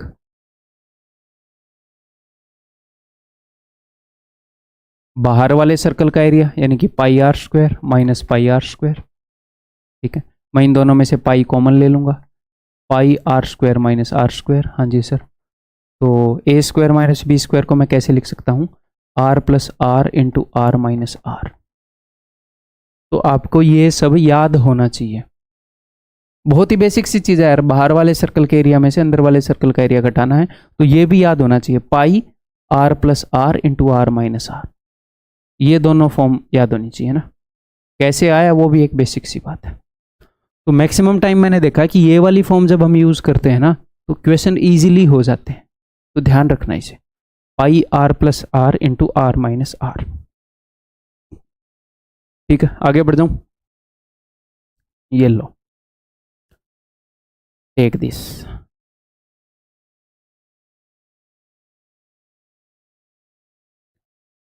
There is a circular garden of radius 21 meters. Okay, a path of width 3.5 metre is constructed. एक सर्कुलर गार्डन है जिसका रेडियस है भाई साहब 21 मीटर्स, इसके बाहर की तरफ एक पाथ बना दिया 3.5 मीटर्स का, ऐसे बोल रहे हैं। तो स्मॉल आर की वैल्यू क्या हो गई, हमें एग्जाम में ये बनाने की ज़रूरत नहीं है, आप सिर्फ इतना इमेजिन करके ये लिख सकते हो डायरेक्टली कि स्मॉल आर है रेडियस अंदर वाले सर्कल का 21 है, और मुझे पता है कि ये जो विड्थ है दिस इज 3.5, तो ये कैपिटल आर ये क्या हो जाएगा, ये हो जाएगा 21 प्लस 3.5, कैपिटल आर हो जाएगा जी 24.5। ठीक है, और वो हमसे पूछ रहा है what is the area of this path, इस पाथ का एरिया क्या होगा। तो जो मैंने आपको बताया pi R plus R into are minus R. ठीक है भाई, तो हम डायरेक्टली एग्जाम में क्या लिखेंगे, हम स्मॉल आर लिख लेंगे, कैपिटल आर लिख लेंगे। ठीक है, ये हम लिख लेंगे, ठीक है, मेंटली करने की इनको भी जरूरत नहीं है, ये आप लिख लो कि अच्छा इतने इतने हैं। उसके बाद आप डायरेक्टली लिखोगे, उत्तर में देखो पाई तो नहीं है तो खोल लो 22/7, आर प्लस आर इन दोनों का सम, तो ये हो जाएगा 45.5, दिख रहा है ना डायरेक्टली 45.5। इसको मैं लिख रहा हूँ 91/2, 45 दूनी 90 और 1 91/2। इन दोनों का डिफरेंस तो वही होता है, ये होता है width of path, r minus r, capital R में से स्मॉल आर घटाओगे तो रास्ते की चौड़ाई आएगी, this is path width, path की विड्थ। तो ये बार बार हमें कैलकुलेट नहीं करनी पड़ेगी, आर माइनस आर होता है ये 3.5, तो दैट इज 7/2। ठीक, तो कर लो सोल्व। 7 से 7 गया, 2 से चला जाएगा भाई साहब 11 पर, तो ये आ जाएगा अपना 1 9 और 1 10, 9 और 1 10 बटे में 2, तो 1000 का आधा होता है 500 और 1 का आधा होता है 0.5, तो 500.5। ठीक है, क्लियर है, आगे बढ़ जाऊं।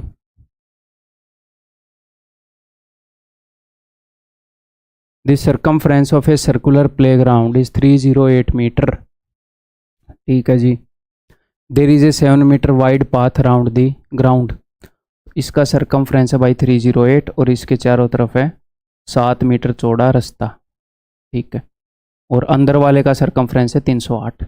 या तो आप इसको 2πr से इक्वेट कर दो, या देख लो 44 का कौन सा मल्टीपल। अब यहाँ पर 44 का मल्टीपल देखना लाइक ओबीएस नहीं है, तो इसलिए मैं भी उसी तरीके से करूँगा, 2πr इज इक्वल टू 308।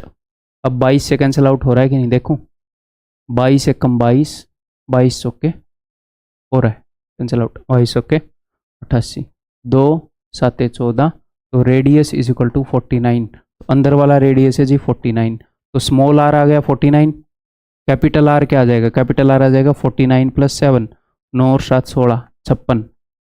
मुझे इसका एरिया बताना है, area of the path is, तो वही पाई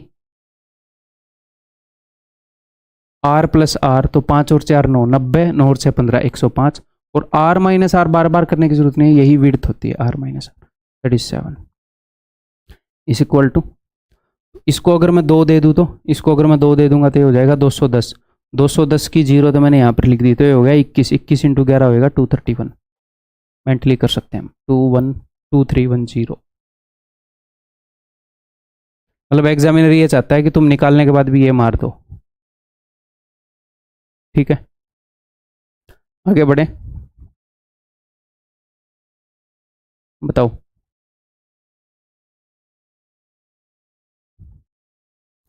the sum of radii of 2 circles is 91, तो 2 सर्कल्स हैं उनके रेडियाई का सम है 91, and the difference between their areas is this. ठीक है, तो यानी कि r plus R is equal to 91, और डिफरेंस बिटवीन एरियाज यानी कि pi are square minus pi are square is equal to 2002।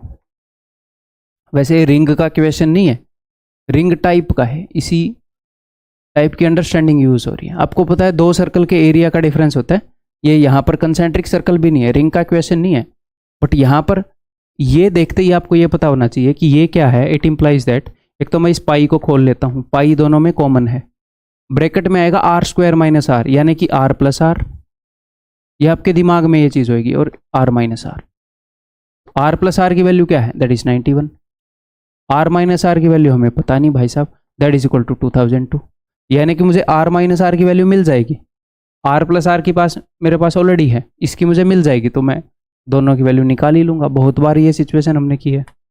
Okay जी, तो 11 से काटना हमें इजी लगता है, 11 दूनी 22, 11 एकम 11, 9 है ना, 11 एकम 11, 9 बच गया, 11 अट्ठे 11 दूनी, तो अब मैं इसको 2 से भी काट सकता हूँ, 2 निम्न 2 एकम, मेरी आर प्लस आर 91 था ना,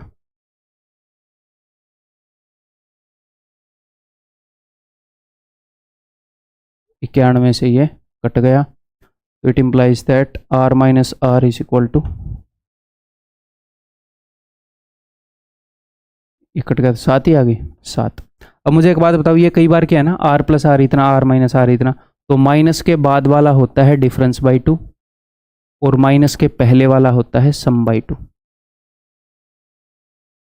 है ना। उसने हमसे क्या पूछा है, what is the radius of the larger circle, 91 plus 7 98/2,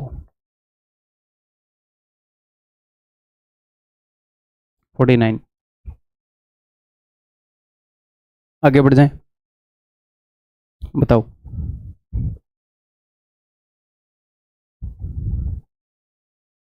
The area enclosed between the circumferences of two concentric circles is 16 pi। ये बोल रहा है दो concentric circles हैं, इनके बीच में ये जो एरिया enclosed है ये 16 pi है, यानी कि area of the ring. Okay, and their radii are in this ratio, और उनके रेडियस का ये रेशियो है, यानी कि स्मॉल आर और कैपिटल आर की वैल्यू भी उसने हमें बता दी। तो मैं मन ही मन में ऐसे मान लूँ, ये मुझे लिखने की ज़रूरत भी नहीं है कि स्मॉल आर है 3x, कैपिटल आर है 5x, और मुझे रिंग का एरिया उसने बता दिया, रिंग एरिया इज 16 पाई। ये सिर्फ मेरे मन में है अब तक, एक्चुअल में एग्जाम में हम ये लिखेंगे। अच्छा, रिंग का एरिया बता दिया, स्मॉल आर और कैपिटल आर दे दिए, तो पाई, पाई उधर भी पाई है तो मैं इसको खोलूंगा नहीं, पाई आर प्लस आर यानी कि 5 और 3 8x, into are minus are यानी कि 5 में से 3 गए 2x, is equal to 16 pi. That's it, खत्म कहानी। पाई से पाई गया, 8 दूनी 16 होता है, 8 और 2 से 16 गया, एक्स स्क्वायर की वैल्यू आ गई 1, यानी कि x is equal to 1। What is the area of the outer circle, बाहर वाले सर्कल का एरिया कितना है, तो r is equal to 5 into 1 5, therefore इसका एरिया क्या हो जाएगा, पाई इंटू 5 का स्क्वायर 25 पाई। आगे बढ़ जाएं। ये मैं आपको बता रहा था ना कि कई बार, मतलब जितने भी अब तक क्वेश्चन आए हैं उन सबको देखते हुए मैं ये देखता हूँ कि एग्जामिनर जो है वो किस अप्रोच के ऊपर बेस्ड क्वेश्चन बना रहा है, वो क्या सोच कर बना रहा है, वो हमसे क्या एक्सपेक्ट कर रहा है। अगर हम एग्जामिनर की एक्सपेक्टेशन को मीट कर दें, मेरी एक्सपेक्टेशन मीट नहीं करनी, क्यों, क्योंकि मैं एग्जाम सेट नहीं कर रहा, आपकी नहीं करनी, आप एग्जाम सेट नहीं करे, एग्जामिनर एग्जाम सेट कर रहा है, वो कैसे चल रहा है उसको मैं रीड करता हूं। तो यही मैं बोल रहा था ना कि r plus r, r minus r करने से मैंने देखा कि ज्यादातर, तो मैं एग्जामिनर को उसका पीछा करता हूं मैं, हम उसकी एक्सपेक्टेशन पर खरे उतरे, आपके full out of full marks, और मिनिमम टाइम में, मिनिमम मेहनत से। हम एग्जामिनर की ईगो सेटिस्फाई करेंगे, ना मेरी ना आपकी, एग्जामिनर की। A path of uniform width surrounds A circular park, एक यूनिफॉर्म विड्थ का पाथ जो है सर्कुलर पार्क को सराउंड करता है। ठीक है जी, यानी कि सेम रिंग की कहानी है, ओके, हम पढ़ते रहेंगे आगे कि क्या करेंगे क्या नहीं। The difference of the internal and external circumference, तो बाहर वाले के सरकमफ्रेंस में और अंदर वाले के सरकमफ्रेंस में जो डिफरेंस है, यानी कि एग्जामिनर बोल रहा है 2 pi are minus 2 pi R is equal to 132, its width is. तो विड्थ क्या होती है, ये विड्थ क्या होती है, मैंने आपको क्या बताया, अगर अंदर वाले का रेडियस आर है, बाहर वाले का रेडियस कैपिटल आर है, तो ये विड्थ होती है आर माइनस आर। एक्चुअल में हमें आर माइनस आर निकालना, बस ना हमें कैपिटल आर निकालना ना स्मॉल आर, हमें तो निकालना है आर माइनस आर। क्या कर सकते हो यहाँ पर, अगर मैं 2 पाई को कॉमन ले लूँ तो 2 इंटू 22/7 मैंने कॉमन ले लिया, अंदर बच जाएगा R minus are is equal to 132। तो 22 छिक्के 2 तिये, it implies that are minus are is equal to 7 तिये 21, ऑप्शन सी। आगे बढ़ूं, ये बताओ, एक्चुअल पूछा हुआ क्वेश्चन है।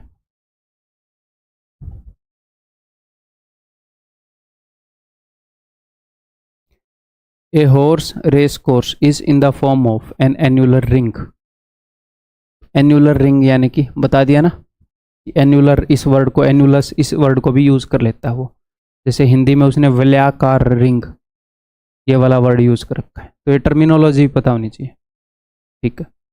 Whose outer and inner circumferences are, outer circumference यानी कि ये वैल्यू है भाई साहब 2 पाई आर की, और ये वैल्यू है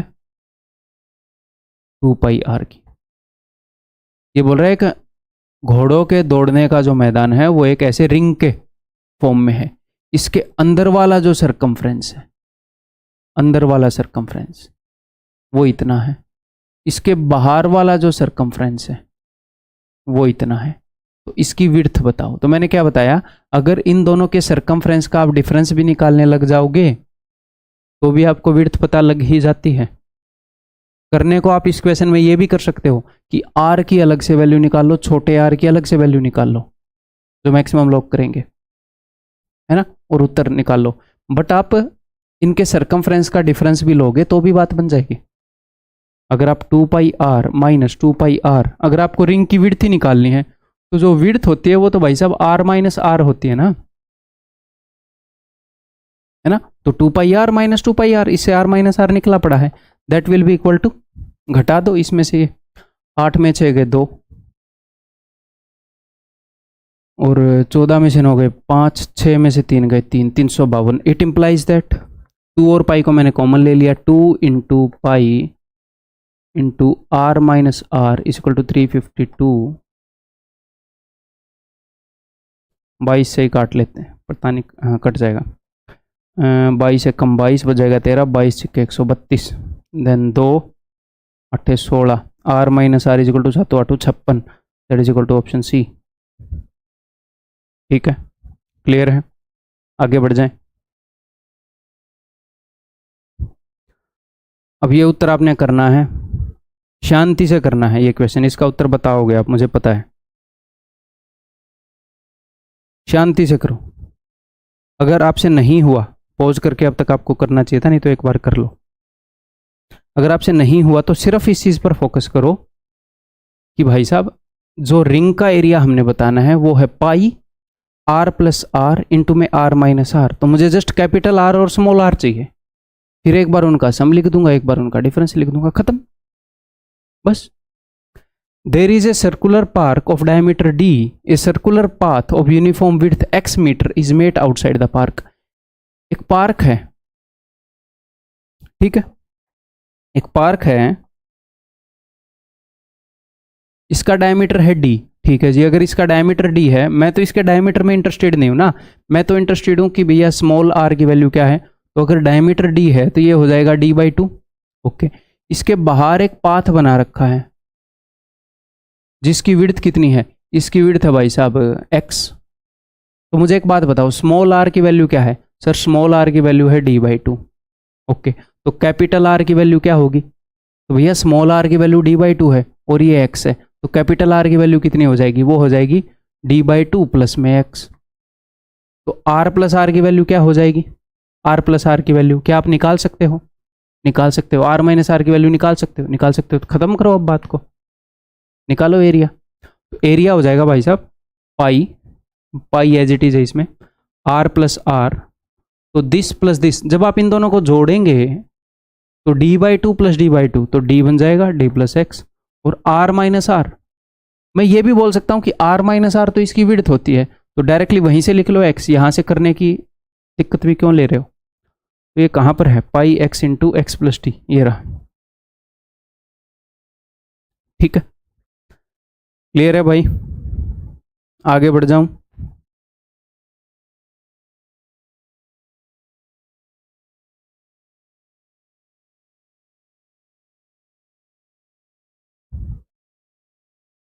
the length of the area, हाँ ये हम एक दूसरे, इससे आगे क्वेश्चन है, एक बार ये मैं देख लूँ, ये मैं दूसरी जगह शायद करने की सोच रहा था इस क्वेश्चन को। Set area of the region lying between the circumference, उससे भी हम कर ही सकते हैं, चलो रिंग वाले से ही कर लेते हैं इस बार, नहीं तो मैं दो तरीके से आपको ये करके दिखा दूंगा, ट्राई करो एक बार। The length of side of an equilateral triangle is 8 centimeter, the area of the region lying between the, तो इससे पहले एक बार कुछ चीज़ें आपको मैं रिवाइज करवा दूं।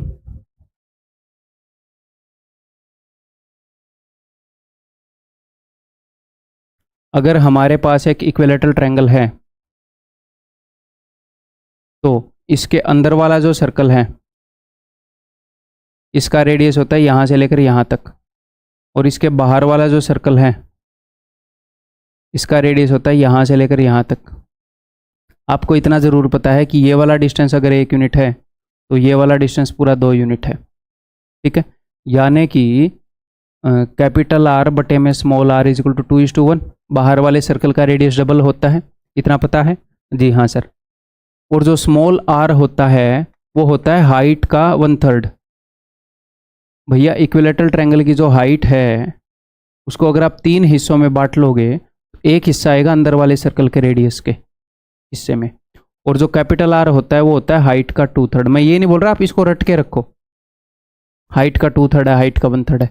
आप थोड़ा सा भी रिकॉल करने की, याद करने की कोशिश करोगे तो ये याद आ जा रहे हैं, इतने अच्छे से मैंने समझाए हैं, धीरे धीरे याद आ जाएंगे जब हम इनको क्वेश्चंस में यूज़ करेंगे, मॉक्स में धीरे धीरे ये चीज़ें पॉलिश होंगी। जैसे फर्नीचर हमने बना दिया, फिर उसको हम पॉलिश करते हैं, उसमें सफाई लाते हैं, तो धीरे धीरे सफाई जब आप मॉक टेस्ट दोगे तो आएगी, ठीक है।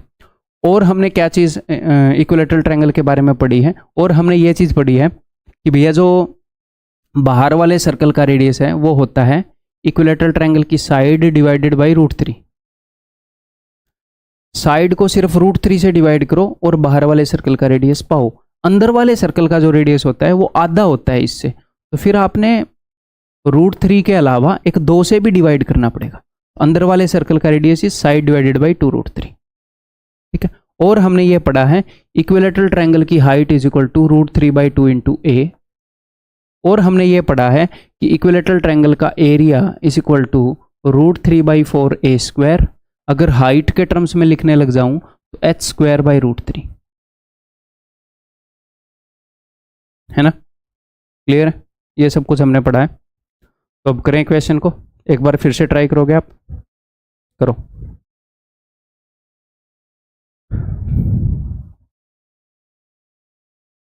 The length of a side of an equilateral triangle is 8 centimetre. Equilateral triangle की साइड की लंबाई है 8 सेंटीमीटर। बच्चों की प्रॉब्लम पता क्या होती है, इन्फॉर्मेशन मिलते ही वो काम करने लग जाएंगे, थोड़ा सा सोच भी लिया करो 1-2 सेकंड, फिर आपको छोटे तरीके भी मिल जाएंगे। The area of the region lying between the circumcircle and incircle, तो सर्कम सर्कल है बाहर वाला सर्कल और इन सर्कल है अंदर वाला सर्कल। इन दोनों सर्कल के बीच में जो एरिया लाई कर रहा है, यानी कि ये जो रिंग है इसका एरिया वो पूछ रहा है। तो या तो मैं ऐसे देख लूं कि अंदर वाले सर्कल का रेडियस निकाल लूं और बाहर वाले सर्कल का रेडियस निकाल लूं, तो इस एरिया की मैं बता दूंगा रिंग। अंदर वाले सर्कल का रेडियस, इन रेडियस क्या होएगा?